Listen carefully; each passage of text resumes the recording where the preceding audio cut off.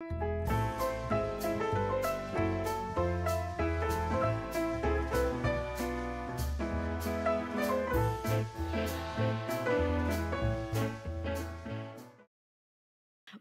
to Catholic Publishing 101, a podcast of the Association of Catholic Publishers, better known as the ACP. Our goal is to give Catholic authors and editors insights into the challenges and obstacles in publishing Catholic content.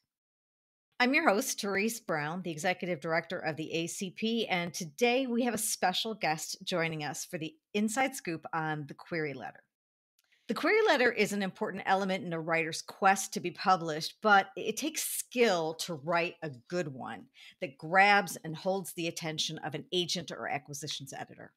So please welcome Anjanette Barr to talk about what a query letter is, how to write a good one, and what to expect after it has been sent.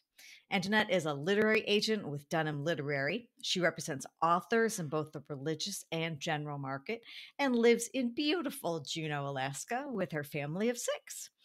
Anjanette, it's great to have you on the show. Thanks for having me. I really appreciate it.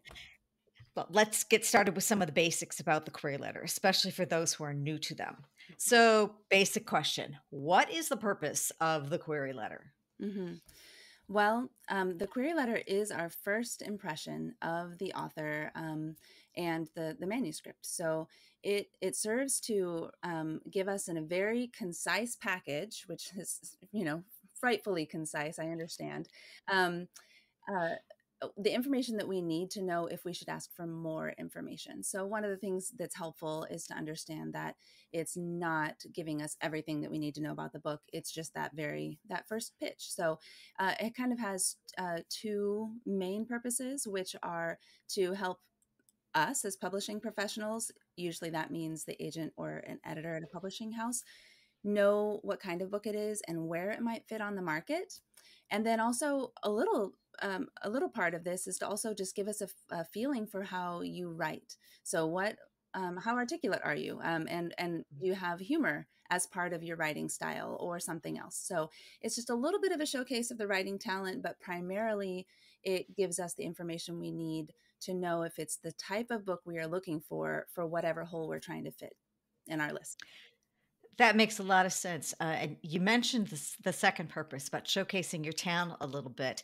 It sounds like a piece of good advice would be not to just write a generic query letter to every single publisher. Yeah. There's kind of, it can be exhausting to do, an individualized letter for everyone. But if you know that you maybe, so this happens a lot for Catholics, I have a book that could be general market or it could be in the Catholic publishing world. So maybe you have two kind of templates, and the one that is, it kind of highlights your faith or where this would sit in the Catholic market, it looks a little different than the general market, so that they're not the same. And then you have opportunities to personalize it depending on who you're sending it to. And you should, if it makes sense, but you also don't have to go out of your way to just invest an hour trying to personalize a pitch that will probably get rejected. And not to be pessimistic, but when we're thinking about return on investment, everyone that you're sending this to has so few people they can accept that, you want to work smarter as much as you can, and just personalize enough that you're not rewriting the whole thing. That makes sense. So what are the key elements that a query letter should contain? Yeah. So if you take some classes, you may see even kind of a formula for this, and there's nothing wrong with that. When we apply for jobs, especially if it's been a while, we pull up, how to write a resume, how to write a cover letter. It's totally fine to look up those formulas. And if we were to look at a formula that I find the most helpful as an agent, it kind of starts off with the basic demographic information about the book, what the genre is. Is it nonfiction, fiction? Is it within those two? Is it biography or religious nonfiction, or is it mystery or romance? We narrow it down a little bit again so we can see where it is on the market, who the audience is, adults or children, the word count. It has kind of all of that up at the beginning so that when we're scanning, we know a lot about it in a short amount of time, and the title and, your author name, those important things. And then after that is usually a section of a pitch or a synopsis. But you can think of it as kind of what you would see on the back cover of a book. It's just a blurb that is not the whole plot. It's not the full synopsis. And it is supposed to be kind of hooky. It's supposed to make sure that the person who's reading it wants to read the book, wants to know more. So it can't cover everything. And that's one of the hardest things for everyone, is narrowing it down to what are the most important pieces. And we can talk some more about kind of how to make those decisions, but basically what sets your book apart from others like it, and would potentially interest readers. And then the last part of a pitch or a query letter is usually the author biography. And I like to encourage authors that you do have an author bio, even if you're pre-published, because we are, at the end of the day, working with people, and we want to know a little bit about you. Yes, we'll only choose your book if it's worth publishing, and if it's we do care about the manuscript first, but it's a partnership with a person, not a book. And so we do need to know, if your book is the sort of book that would behoove you to have credentials to write it. There's something about it that you're claiming expertise. Tell us a little bit about how you gained that expertise. Otherwise, let's say it's fiction. Maybe there's something about you that's really similar to your protagonist, and you can just kind of throw that in there a little bit, and it makes us see like, oh, that's an understandable motivation to want to write this. Or maybe you are part of some really great organizations like Catholic Writers Guild or SCBWI, and you want to put that in there so that we know that you're connected to other people and you have a support system. And then also feel free to add any social media or website. But all of that together can be really short, 400 words.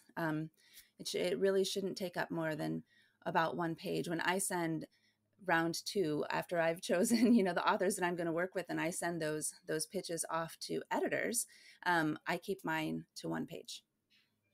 Wow.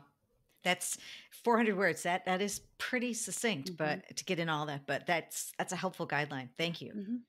So query letter is written. It's ready to go out. How do you choose who to send it to? Yeah. So there are some really great resources for agents. If you're looking to send it to an agent, I'll kind of talk about a little bit the difference between sending it to an agent or a publishing house. But if you're going the agent route, if you want a liaison to help you choose the editors that it will be sent to, you don't want to send directly to them, then manuscriptwishlist.com is a great resource for finding agents and what they're looking for. You can search by genre, or if there's something like, if you have just today I searched for Little Women, like who has Little Women as a favorite on their list, because I have a book that's kind of similar to that. So who might enjoy it, So it's a really good catalog of agents, and it does have some editors on there as well. And then people use Query Tracker as well to find them, or maybe they find agents. They just see an agent on Twitter and they want to decide. They want to know if they should decide to send it to them. When you're looking at which agents to send it to, and this will be especially true if you're sending it directly to publishers, don't send them something that they will not be able to utilize. If you find an agent that only represents children's manuscripts, no matter how much they love your adult manuscript, they will not be able to publish it. So, or to sell it to editors. And so don't send it to them. I have a mentor in the business who only represents romance. He just figured out that is his sweet spot. He knows romance. He really knows all the editors in the romance world. And so he just decided to go with it. So if you sent him a crime novel, it just would be a waste of both of your time.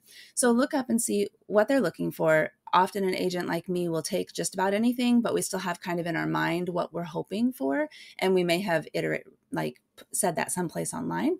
And you can look like that. You can ask that. And then also, if you're trying to decide between sending just to an agent Or maybe you're going to try to send some to agents, but you're also going to try some publishers. Let's say it is a Catholic book, and most Catholic publishers, most religious publishers don't require an agent. And, maybe you want an agent, but maybe you want to try just going straight to the publisher instead. They will have their very strict guidelines for what they want to see. And you should follow them. So kind of number one is like kind of do your research to follow the rules so that you make your best first impression and you give people what they're looking for.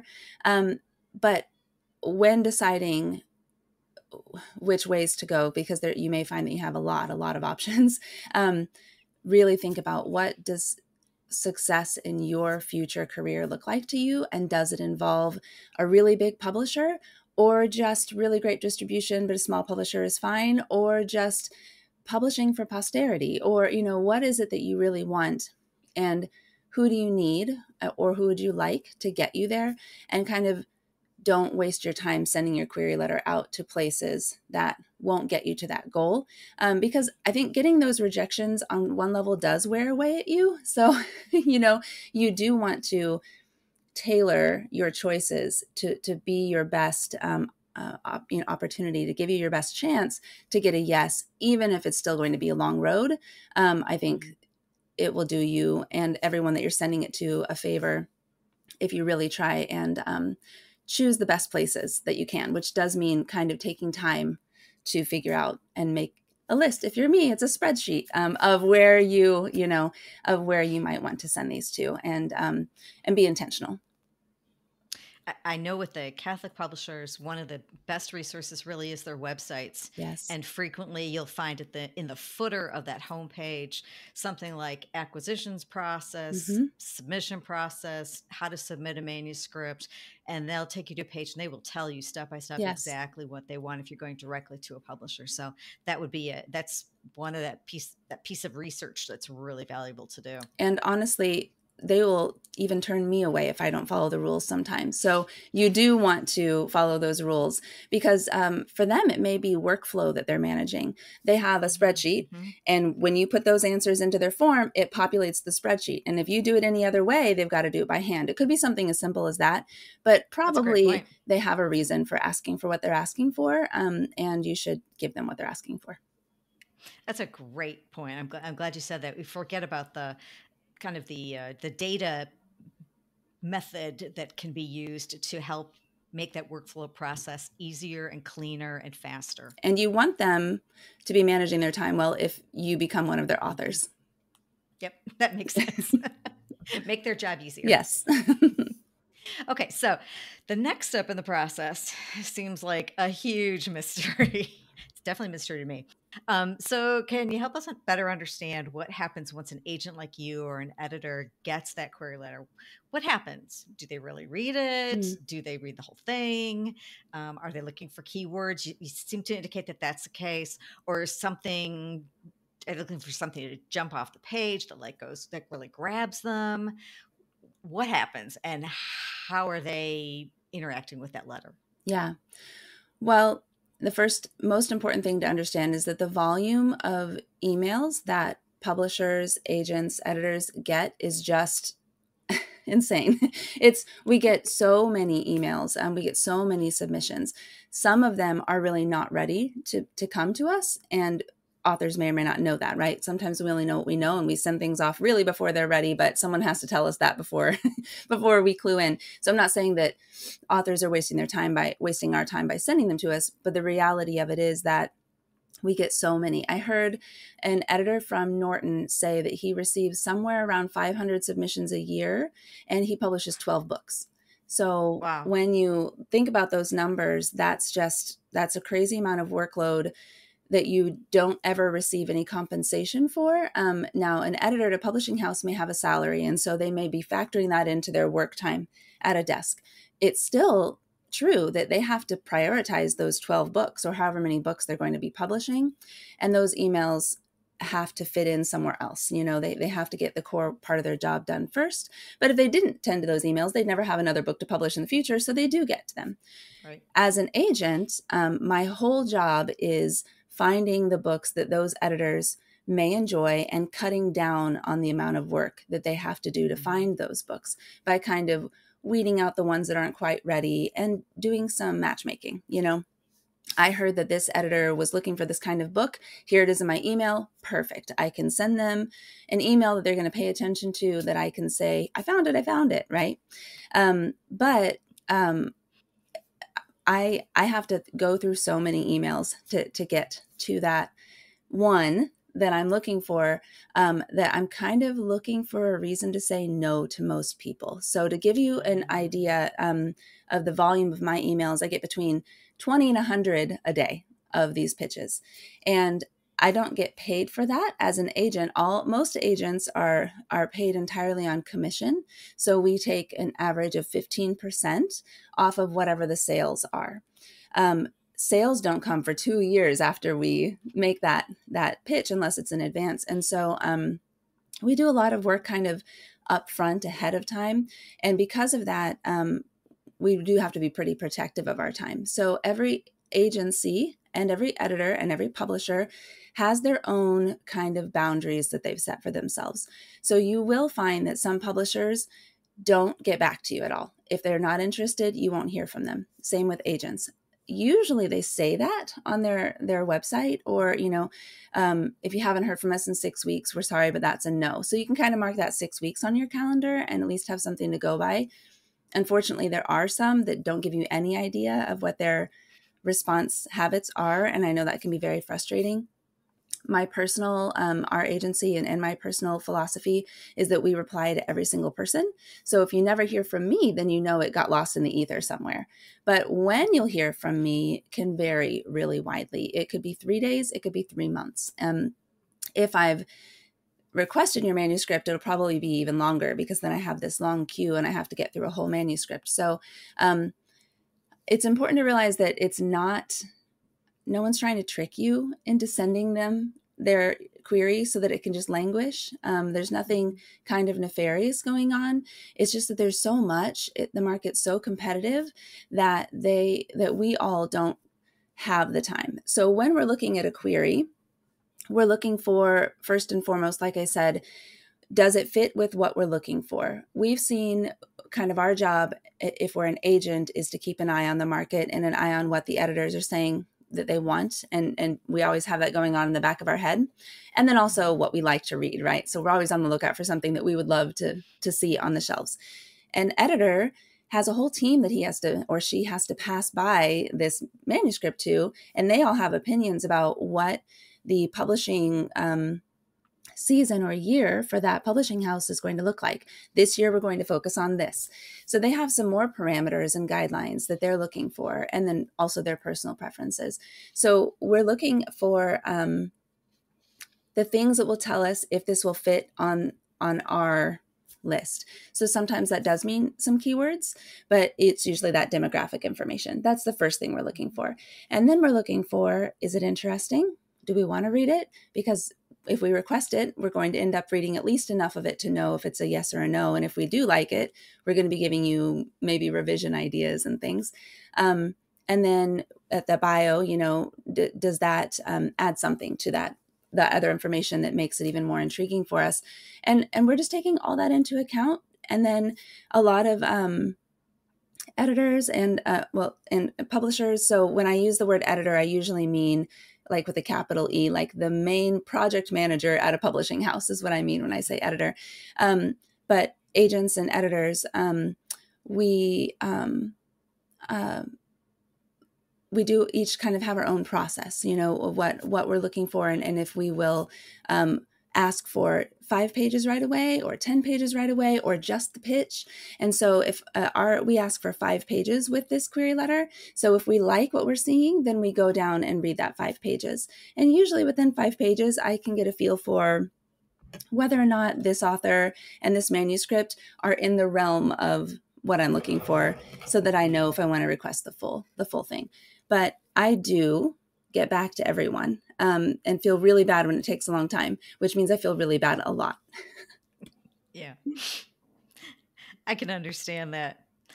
So it sounds like from what you're saying, you mentioned first off that you're kind of looking, because of the volume, you're kind of looking for a reason to say no. Yeah. So it sounds like it makes sense that y- if it weren't you, if it were another agency, you might not expect to get a reply. She said that silence generally means thank you, but no. Hmm. Um, are there any other practices or policies that you can think of in terms of people getting in contact, person getting in contact with back with that author after you've written that query letter that you haven't mentioned? Yeah, definitely, because some editors and agents have something on their website where it will say, "Here's where I am in my list," and if you know, they may direct you there. Like, you can tell this is where I'm at, so don't bug me. Most agents and editors would be happy for you to give them a nudge after 6 or 8 weeks and say, "Are you still considering this?" Oh, And I so, was wondering about that. Like, 'cause like when like you said, use an analogy with a job. When you send a mhm, resume and a cover letter, you're strongly encouraged to give it a nudge because you really want you want to keep yourself in front of that person. yeah. But I was wondering in this case if it's the opposite. But you're saying no, it's not a bad thing to nudge somebody. It's an expected thing, and I don't think it ends up weighing more positively or negatively. So in other words, if you don't nudge, it's fine. It didn't Hmm. probably influence anyone's decision that you didn't nudge them. It's not a requirement. If you do nudge, you're not going to turn them off from saying yes. What Good a to know. what a nudge can serve for is helping your anxiety and your waiting, it's real, and we understand that. And then on the very rare off chance that it did just get lost, then a nudge Hmm. can serve to, have someone realize that they missed it. I nudge editors after 2 months is usually my policy if I haven't heard from them, unless their website says something else, like you won't hear from us for 6 months or something, which some do. um, if Yeah. it doesn't have a specific time, then I wait 2 months and I nudge editors and I just say, hey, this is just a regular check-in. Are you still considering the manuscript? And of course, this is after the author's been through the process of querying, and I'm representing them. And sometimes I have editors come back and say, this is the first I have seen an email from you. I don't know what happened. I am so Oh sorry, wow. but could you send it Yeah. along now? Because I just didn't get it last time. And you, Hmm. you just never know. One thing that I've done on accident before is, if I'm fielding, like, let's say I'm trying to catch up on queries and I'm reading 100 or 200 in a day, I read them, reply to them, and then archive them. But there's a chance that I, every once in a while, because my eyes are crossing, archive something that I didn't read, right? So then if Oh. you nudge me and I check all of everything and I can't find you, who knows?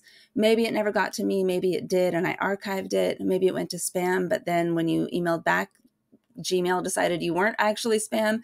And so it's never a bad idea to nudge, just don't nudge too quickly. It Hmm. does usually take agents 4 weeks, 8 weeks to get back to you. And That's a good time. I'm glad you said that. That four to mhm, 8 week gives a good time frame to kind of ease you away from the question of am I bothering that person? Am I yeah, being too aggressive? right. But you're saying no, 4 weeks, 8 weeks. Yeah, That's just being assertive. It's common practice. That's okay. yep. That's good to know. And Yeah. part of that research that you do about who to send it to should probably involve what are their response rates and times if they give you that information.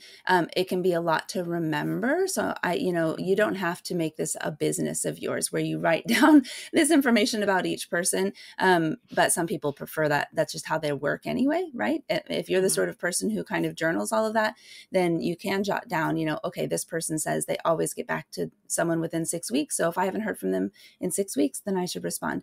I keep a running calendar of the submissions that I've made with a follow-up date in a column so that I Hmm. can just Yeah. scan that follow-up date and see if it's time to nudge anyone. That makes a lot of sense. That makes a ton of sense. So I think the one of the most mysterious parts of this whole process is when you do get a no. Mm-hmm. And and what all you know is that they said no. You don't Mm-hmm. really know what that no means. So how do you know as an author if the problem was your query letter? Was it you didn't give enough information in your bio? Yeah. it was actually the concept. How do you know what the problem actually was? And is that something that's okay to ask for? Yeah. Um, I will say this is different between publishers and agents. I know some Catholic publishers who will give you great feedback, and they'll even say, feel free to ask me if you want to know more. But most publishers do not have time for that and do not take the time for that. And most agents do not have time for that and take the time for that. So if you receive a no and it seems personalized, they say something specific about your characters, they say something specific about your plot or about a theme that you're writing on or the market, take note if it looks like it's not a form rejection. And then my advice would be, keep track of whether or not you're hearing the same thing from multiple people. So if you send it out to 25 people and 3 of them mentioned your pacing is a problem. It's too slow. If no one mentions anything that is similar, then you're doing the same thing I do every day, which is wondering. And I understand how frustrating it can be, because even when agents get rejections from editors, they're often short and sweet. I just didn't connect with this one. Thank you for considering me. I hope we work on something together in the future. Sometimes that's all I get. Sometimes I get much more than that. And we really try and pay attention, because these are experts that you're speaking to. When you're speaking to an editor at a publishing house, especially, but even agents, we have a lot of editorial experience. We know the market. So if an expert gives you an opinion, it doesn't mean it's the only opinion. Publishing is very subjective, but pay attention to it. If you don't get anything and there's nothing to kind of evaluate, then you should get some outside feedback. Talk to some author friends who have already gone past this stage, who've had success, and have them read it and say, am I missing something? Like, do you think that this is accomplishing what it's supposed to accomplish, or what? Because I don't know. And even if they're writing in a different genre or their publishing path has been different from yours, they may be able to identify something like, your synopsis is kind of all over the place. It's really confusing to know what's actually what I'm actually going to find in this book. Or they may say, hey, you never really mentioned the genre, so maybe they just can't figure out where it would sit on the shelves, and they don't have time to come back and ask you. And then my biggest piece of advice here is don't send it to everyone all at once, because then if you do get helpful information, you can pivot, you can change it, and you can go out to other agents or editors with this new and improved version and not have gotten a no from everyone. Most of the time when you get a no, it's a no for good. Yeah. You've given us a lot of really wonderful information, and thanks for the specificity. From an author's perspective, it's probably really nice to hear about this time frame, specific things to do, to say in the letter, all that. So that's really great. Any last words of advice to an author when they're getting ready to send that query letter, they're waiting to hear response? Anything you really want them to know before we go away today? Yeah. Just be aware that I don't even know, probably 80% of the time, it's not you. It is the fact that it's so competitive, and that doesn't mean there's not a place for your book. It just means that you may have to be very patient. And at the end of the day, you don't want your book someplace that it wouldn't do well. You want it to be a really good fit. You want to find an agent that would be a really good partner for you, who has the connections that you need. And so patience is the name of the game in publishing, but also, it really, truly will make you feel better during this whole process. In addition to that, just continue growing, because I said before, and I say often, we only know what we know. And often what we find out about what we don't know is what helps us improve. And so when you reach a setback, or you realize that you're your first query attempt was trash, which is true for like all of us when we do it, remember that this is an art form almost. Just even writing a query letter, it is different than writing that full book, which you did. And that's amazing. That is such a huge accomplishment. If you're writing a query letter, that means you've already accomplished something that some people go their whole lives saying they're going to get around to doing it, and you've done it. So you can learn how to write a query letter. You can figure all this out. It's just another thing that you are learning. So be patient with yourself as well. It's a great word of advice. Thank you. Yeah. So thank you very much for sharing your expertise with us today, Anjanette. Before we close, here are a few suggestions to you, our listeners.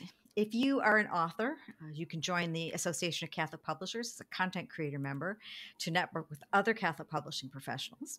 You can go to catholicpublishers.org and click on members and join now. We are here to help guide you in your journey in Catholic publishing. So watch more episodes in this series or explore other series here at catholicpublishers.org. Thank you to our listeners and viewers for tuning into today's episode. If you enjoyed this episode, please consider subscribing to Catholic Publishing 101 and leaving us a review on your favorite podcast platform. We'd love to hear your feedback and suggestions for future episodes, so feel free to reach out to us on Facebook, X, LinkedIn, and YouTube, or at our website at catholicpublishers.org. Thanks again to you, Anjanette, our guest, for sharing your insights and expertise with us today. Until next time, keep spreading the gospel in everything you do and say. Be sure to join us next time for another exciting conversation on Catholic publishing. Want to know more about this part of the publishing process? Check out our podcast on understanding the acquisition process. Whether you're listening to us on your favorite podcast platform or watching us on YouTube, be sure to tune in for another engaging episode. I've been your host, Therese Brown, and we'll see you next time on Catholic Publishing 101. God bless you and your ministry.